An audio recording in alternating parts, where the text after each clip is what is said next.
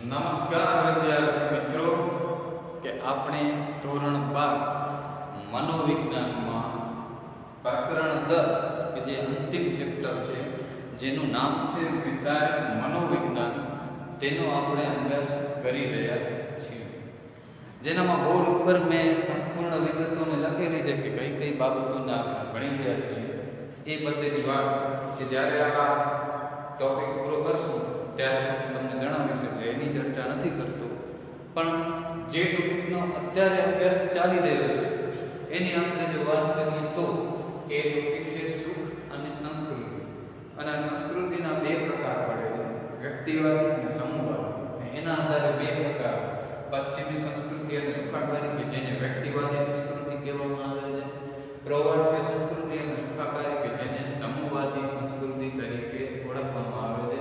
અથવા બીજું નામ આપણે કહીએ તો પશ્ચિમી સંસ્કૃતિને અમેરિકન સંસ્કૃતિ તરીકે પણ ઓળખવામાં આવે છે અને પ્રૌઢ સંસ્કૃતિને એશિયન સંસ્કૃતિ તરીકે પણ ઓળખવામાં આવે છે।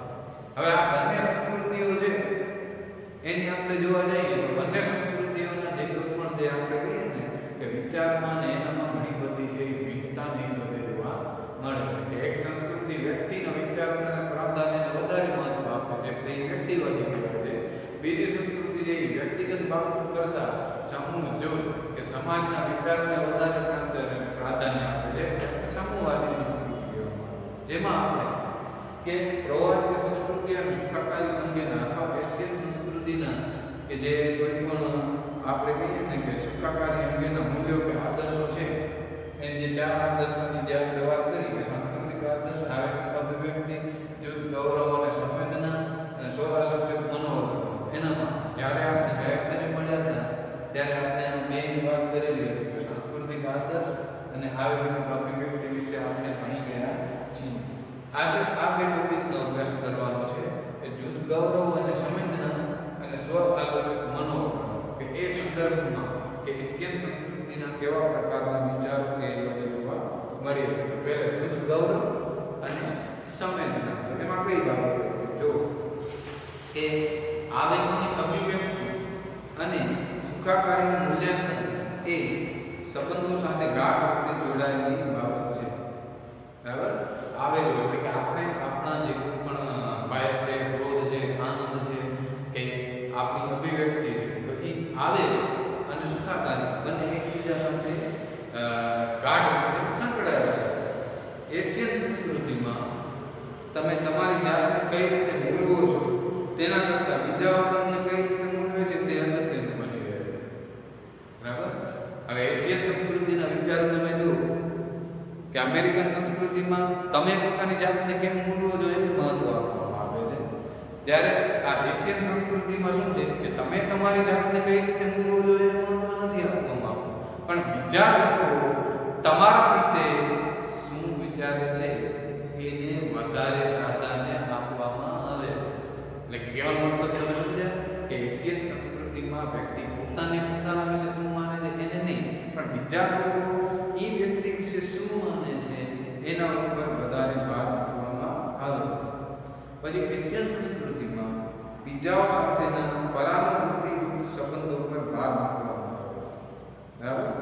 એટલે કે એશિયન સંસ્કૃતિમાં શું છે કે પરસ્પર કે એનું પ્રમાણ વધારે છે અને પરાનુભૂતિ એટલે કે માત્ર પોતાનો જ વિચાર ન કરવો પણ પોતાની સાથે સાથે પોતાના સ્નેહીજનો, પોતાના મિત્રો કે બીજાનો પણ વિચાર કરવો, માત્ર પોતાનો જ નહીં પણ બીજાનો પણ વિચાર કરવો એટલે કે પરાનુભૂતિ, એના ઉપર એશિયન સંસ્કૃતિમાં વધારે ભાર મૂકવામાં આવે। પરાનુભૂતિને પરસ્પર આધારિત સંબંધ તરીકે જોવામાં આવે છે, જેમાં બીજાઓની લાગણીઓ અને વિચારો સાથે સહાનુભૂતિથી અનુકૂળ થવાની વ્યક્તિ પાસે અપેક્ષા રાખવામાં આવે। હવે અમેરિકન સંસ્કૃતિમાં એવું છે કે વ્યક્તિ પોતાને જ મહત્વ આપે એટલે બીજાની લાગણી, બીજાના વિચારો, બીજાનું દુઃખ કે બીજાના સુખથી એને કોઈ લેવા દેવા હોતા નથી, જ્યારે એશિયન સંસ્કૃતિ એનાથી અલગ છે। એશિયન સંસ્કૃતિમાં કે માત્ર પોતાના વિચારો નહીં પણ બીજાની લાગણીઓ, બીજાના જે કંઈ પણ આવેગો છે, બીજાનું દુઃખ છે કે બીજાનું સુખ છે તો એ બધે બાબતોમાં એટલે કે બીજા પ્રત્યે કે અનુકૂળ થવાની અપેક્ષા વધારે રાખવામાં આવે છે કે માત્ર પોતાના જ વિચારો નહીં પણ બીજાઓની લાગણીને સમજવી, બીજાઓ સાથે અનુકૂળ થવું, એની લાગણીઓ, વિચારો બીજાઓને સમજવા, એ બાબતની અપેક્ષા છે એશિયન સંસ્કૃતિમાં વધારે રાખવામાં આવે. સામાજિક સંબંધોની સંવાદિતાની જાળવણી અને સંવર્ધન માટે બાળકોને બીજા સાથે સમાયુક્ત થવાનું શીખવવામાં આવે.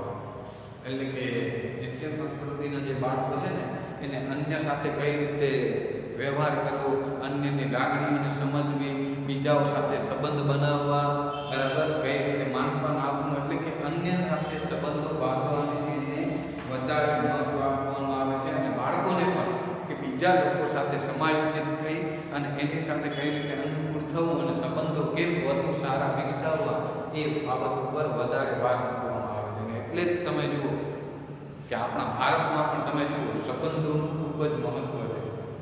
અમેરિકામાં તમે જાઓ, બરાબર, કોઈ પણ જાતના સંબંધ જેવું કંઈ જોવા જ નથી મળતું. બરાબર, સગા મા બાપ હોય છે ને એને પણ મૂકીને છોકરાઓ હાલે જાય છે, કારણ કે વ્યક્તિવાદી સંસ્કૃતિ છે. એ લોકો વ્યક્તિગત એની રીતે રહે, મા બાપ છે એની રીતે રહેતા હોય, સ્વતંત્રતા છે ને એવું છે. ત્યારે આપણી સંસ્કૃતિ તમે જુઓ કે સંબંધોને બહુ મહત્વ આપવામાં આવે છે. આપણે મોટે ભાગે શું છે કે આ તો હવે થોડીક પશ્ચિમી સંસ્કૃતિની અસરથી વિભક્ત કુટુંબ પ્રથા આવી, નહીં તો આપણે અહીંયા સંયુક્ત કુટુંબ પ્રથા હતી. બરાબર, એક કુટુંબમાં 15-15, 20-20, 25 જણા સાથે રહેતા હતા, સમૂહની ભાવનાની મદદ જોવા. તો આવા બધા જે પણ સંબંધોને મહત્વ આપવામાં છે એ આ એશિયન સંસ્કૃતિમાં વધારે મહત્વ આપવામાં આવે છે. અને બાળકોને પણ શરૂઆતથી કે અન્ય સાથે જે સંબંધો મેન્ટેન કરે તો એ માટેનું જે શીખવવામાં આવે છે. ને એટલે જ તમે જુઓ ભારતમાં કે સંબંધોનું બહુ મહત્વ છે. આપણે આપણા સગા સંબંધીઓ અને એના સાથે આપણા સંબંધોને એકદમ ગાઢ હોય, બરાબર, કે આપણા સગાને કાંઈ પણ થાય કે કાંઈક એવી મુશ્કેલી આવે તો બીજા સગાઓ મદદરૂપ થવા જાય ને એવું બધું વલણ ઘણું બધું આપણી સંસ્કૃતિમાં જોવા મળે. બરાબર, સગાને કાંઈ પણ કંઈક થાય તો હોસ્પિટલે મળવા જાય, એકબીજાની ખબર અંતર પૂછે, બરાબર, અમુક સમયાંતરે કે સગા સંબંધીઓ એકબીજાના ઘરની મુલાકાત લઈને આવું બધું છે સંબંધ ગાઢ બને, એના ઉપર એશિયન સંસ્કૃતિમાં વધારે છે ભાર મૂકવામાં આવે. ત્યાર પછી ટોપિક આપણે જોઈએ સ્વ આલોચક મનોવલણ. બરાબર, તેની જ વાત તો એશિયન સંસ્કૃતિમાં એક અન્ય અગત્યનું લક્ષણ શું છે એટલે પરસ્પર વિશ્વાસ અને સમર્થન.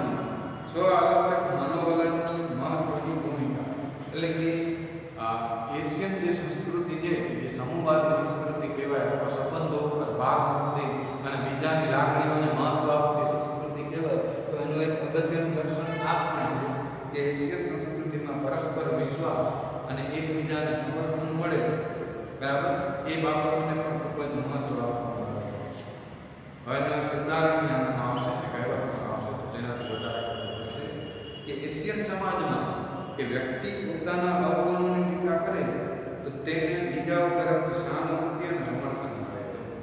કે એશિયન સંસ્કૃતિના લોકો જે સ્વ આલોચના એટલે કે પોતાના વિશે કે મારામાં આ ગુણ નથી, મેં આ ભૂલ કરી નાખી, મારાથી આ મોટી ભૂલ થઈ, એટલે કે પોતાની જે કંઈ પણ અવગુણોનો કે પોતાની ભૂલોનો વ્યક્તિ સ્વીકાર કરે તો એશિયન સંસ્કૃતિમાં શું છે કે પોતાના આવા જે કોઈ પણ જે અવગુણો છે કે પોતાની આલોચના કે ભૂલોનો સ્વીકાર કરે તો એશિયન સંસ્કૃતિમાં બીજા લોકો તરફથી એને સહાનુભૂતિ અને પ્રોત્સાહન, સાંત્વના ને બધે મળે છે. બરાબર, એટલે તમે જુઓ કે બાળકો દ્વારા ઘણી વખત કોઈ પણ પ્રકારની ભૂલો કે એવું કંઈ થાય તો એના માતા પિતા કે એના સ્નેહીજનો છે એના તરફથી એને સાંત્વના ને બધે આપવામાં આવે છે અથવા એ વસ્તુ એને મળે છે. એવી રીતે કોઈ દુઃખદાયક પ્રસંગ બને કે દુઃખદાયક બાબત હોય તો એવા સમયે એશિયન સંસ્કૃતિમાં શું હોય છે કે એ લોકોને સહાનુભૂતિની બધે વધારે કરે છે. એટલે કે એશિયન સમાજમાં જે કોઈ પણ વ્યક્તિ છે પોતાની ભૂલ, પોતાના અવગુણ કે પોતાની ટીકાની કે બાબત રજૂ કરે તો બીજા તરફથી એને સમર્થન કે આવકાર કે સહાનુભૂતિ મળે છે. અહીં વ્યક્તિ પોતે પોતાના ગુણોનું વર્ણન કરે તો સારું ગણવામાં આવતું નથી.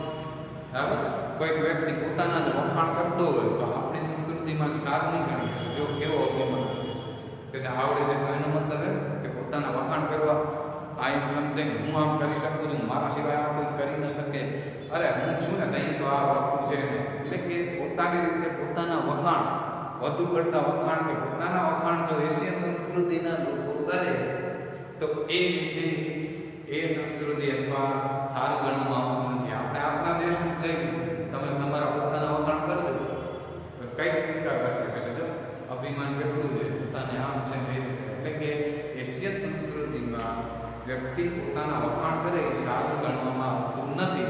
એની બદલે જો વ્યક્તિ પોતાની ભૂલ, પોતાની ટીકા કે પોતાની કંઈક આલોચના કે પોતામાં રહેલી ખામીનું બાબત જણાવે તો એ બાબતને સારી ગણવામાં આવે છે. અને એ બાબત માટે કે ઘણા બધા લોકો છે વ્યક્તિને સહાનુભૂતિ કે પૂરી પાડે. જો એની કહેવત છે કે એક જૂની અમેરિકન કહેવત શું છે કે જો તમે કશું વિધાયક ન બોલી શકતા હો તો તમારે કશું બોલવાની જરૂર નથી.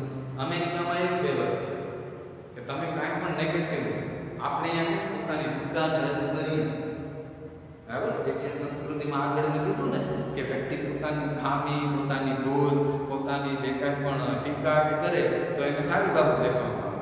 હવે એની જગ્યાએ અમેરિકામાં શું છે કે એમ લેવામાં આવે કે વ્યક્તિ પોતાની વિધાયક બાબતો એટલે કે પોતાના વખાણ જો ન કરી શકતો હોય તો એને સારું અમેરિકામાં લેવામાં આવતું નથી. એટલે કે વિધાયક જે વ્યક્તિ બોલી ન શકે એને અમેરિકામાં એમ માનવામાં આવે કે કશું બોલવાની જરૂર નથી. એટલે પોતાના વિશે સારા વિચારો રજૂ કરો એ અમેરિકામાં સારું લેવામાં આવે. આ કહેવામાં જ્યારે એશિયામાં કેવું છે, એશિયન સંસ્કૃતિ કે એ પ્રકારના સમાજમાં રહેતા લોકોમાં એવું છે કે જો તમારી ઉણપને કબૂલી શકતા નથી તો તમારે બીજાઓ પાસેથી સહાનુભૂતિની અપેક્ષા ન રાખવી. એના જેવું, બરાબર, કે જો તમે તમારામાં રહેલી ખામી, તમારી ભૂલ કે તમારી ઉણપ કે જો તમે કબૂલ ન કરી શકો તો તમે બીજા તરફથી સહાનુભૂતિ મેળવવાનો અધિકાર નથી. એવું એશિયન સંસ્કૃતિમાં માનવામાં આવે. એટલે કે કહેવાનો મતલબ એમ કે તમને તમારી નિષેધક બાબતો છે એ તમે જો બીજા સામે વ્યક્ત કરો તો તમને સહાનુભૂતિ મળે, એમ એશિયન સંસ્કૃતિ છે. ત્યારે અમેરિકામાં એવું છે કે તમે વિધાયક બાબતો રજૂ કરો ને તો જ તમને બોલવાનો અધિકાર છે, નિષેધક બાબતો રજૂ કરવી જોઈએ નહીં, એમ અમેરિકન સંસ્કૃતિ છે. જ્યારે એશિયન સંસ્કૃતિ એનાથી ઉલટી છે કે માત્ર પોતાના વિધાયક નહીં પણ પોતાની ઉણપો સામેવાળી વ્યક્તિને રજૂ કરો તો તમને સહાનુભૂતિ મળે. તો એ દ્રષ્ટિએ આપણે જોવા જઈએ તો આ એશિયન સંસ્કૃતિ અને અમેરિકન સંસ્કૃતિ અથવા પશ્ચિમી સંસ્કૃતિ કે પ્રવાર્ત્ય સંસ્કૃતિ બંને એકબીજાથી વિચારમાં ઘણી બધી અલગ જોવા મળે છે. અમેરિકામાં વ્યક્તિવાદી દ્રષ્ટિકોણ અપનાવવામાં આવે છે, જ્યારે એશિયન સંસ્કૃતિમાં સમૂહવાદી કે સમૂહને કે સર્વને વધારે મહત્વ આપવામાં આવે. અને ટૂંકમાં કહીએ તો કે અમેરિકન અથવા પશ્ચિમી સંસ્કૃતિ કે વ્યક્તિવાદી સંસ્કૃતિ ધરાવતા લોકો એમ માને છે પોતે શું માને છે તેને મહત્વ આપવામાં આવે. એટલે કે વ્યક્તિ પોતે શું માને છે ને એ મહત્વનું છે. ક્યાં તો કે વ્યક્તિવાદી સંસ્કૃતિ, પશ્ચિમી સંસ્કૃતિ કે અમેરિકન સંસ્કૃતિ. જ્યારે એશિયન સંસ્કૃતિમાં લોકો શું માને છે તેને સુખાકારી માટે મહત્વ આપવામાં આવે છે. લોકો એટલે કે સમૂહ, બરાબર, કે લોકો તમારા વિશે શું માને છે. જો લોકો તમારા વિશે વિધાયક સારું માનતા હોય તો તમે સુખી છો, એમ એશિયન સંસ્કૃતિમાં માનવામાં આવે. અને અમેરિકન સંસ્કૃતિમાં તમે પોતે પોતાના વિશે શું માનો છો એના આધારે સુખાકારીનું મહત્વ આપવામાં આવે છે. તો આ રીતે વિદ્યાર્થી મિત્રો આજે આપણે કે સુખ અને સંસ્કૃતિમાં પ્રવાર્ત્ય સંસ્કૃતિ અથવા એશિયન સંસ્કૃતિના જે કોઈ પણ આદર્શો કે મૂલ્યો કે જોવા મળે છે તો એનામાં જૂથ ગૌરવ અને સંવેદના અને સ્વ-આલોચક મનોવલણની આપણે ચર્ચા કરી.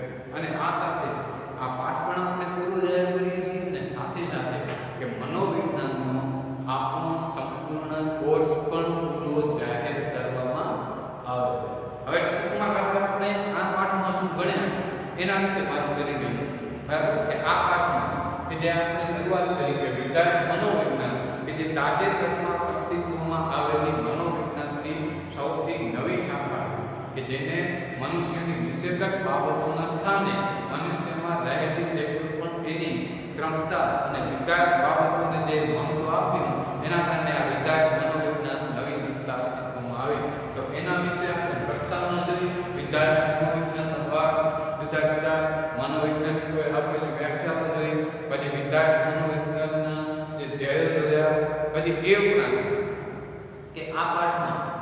વિધાયક બાબત એટલે કે સુખ, બરાબર, સુખ અને વિધાયક બાબતો, બરાબર. વિધાયક વ્યક્તિ સુખી ક્યારે હોય કે વિધાયક વિચારતો હોય તો. આપણા પાઠનું નામ જ છે કે વિધાયક મનોવિજ્ઞાન. તો બરાબર, તો સુખને અને સ્ત્રી પુરુષ સાથે કયા પ્રકારના સંબંધો છે તો એ બાબતની આપણે વાત કરીએ. જાતિગત તફાવત અને સુખ એટલે કે સ્ત્રી વધારે સુખી કે પુરુષ વધારે સુખી એ બાબત. પછી જે નિષેધક આવેલું નકારાત્મક બાબતો હોય તો એની સ્ત્રીઓ અને પુરુષો ઉપર કયા પ્રકારની અસર થાય એ બાબત આપણે જોઈએ. એ ઉપરાંત વિધાયક બાબતો, તો એ વિધાયક બાબતો છે એને સ્ત્રીઓ અને પુરુષો કઈ રીતે અભિવ્યક્ત કરે છે અથવા એની સ્ત્રીઓ અને પુરુષો ઉપર કયા પ્રકારની અસર થાય એ બધાની આપણે વાત કરીએ.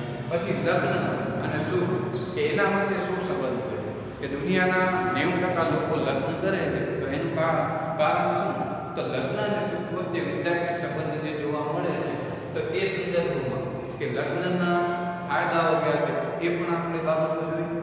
સાથે સાથે છેલ્લે જે આપણે ટોપિકનો અભ્યાસ કરીએ કે સુખ અને સંસ્કૃતિ કે જુદી જુદી સંસ્કૃતિમાં સુખની કઈ બાબતોનો સમાવેશ છે એ બાબત એનામાં આપણે જે વ્યક્તિવાદી અને સમૂહવાદી અથવા બીજું નામ જો પશ્ચિમી સંસ્કૃતિ કે પ્રવાર્ય સંસ્કૃતિ એનામાં કઈ કઈ બાબતો આવે અને બંને સંસ્કૃતિમાં સુખને કઈ રીતે મહત્વ આપવામાં આવે તો એ બધી બાબતોનો વિગતવાર આપણે અભ્યાસ કર્યો. અને આ સાથે આપણો પાઠ પણ પૂરો જાહેર થાય છે અને મનોવિજ્ઞાનનો કોર્સ પણ પૂરો જાહેર થાય છે. પણ એનાથી પહેલા સ્વાધ્યાયનો પ્રશ્ન છે એ તમારે લખવાના છે કે પ્રવાર્ય સંસ્કૃતિ પ્રમાણે જૂથ ગૌરવ અને સંવેદના એટલે શું? એક પ્રશ્ન એ. અને બીજો પ્રશ્ન પ્રવાર્ય સંસ્કૃતિ પ્રમાણે સ્વ આલોચક મનોવલણ એટલે શું? આ બે પ્રશ્નો તમને તમારી નોટબુકમાં લખવાના છે. હવે જ્યારે આપણે જ્યારે મળશું ત્યારે આપણે શું છે કે મનોવિજ્ઞાન વિષયમાં રિવિઝનની એની શરૂઆત કરશું. પણ એનાથી પહેલે કે આપણે જે બીજો વિષય ભણી રહ્યા છીએ ધોરણ 12માં સમાજશાસ્ત્ર, તો એનો કોર્સ પતે ત્યાર પછી આપણે રિવિઝનની શરૂઆત કરીશું. ધન્યવાદ.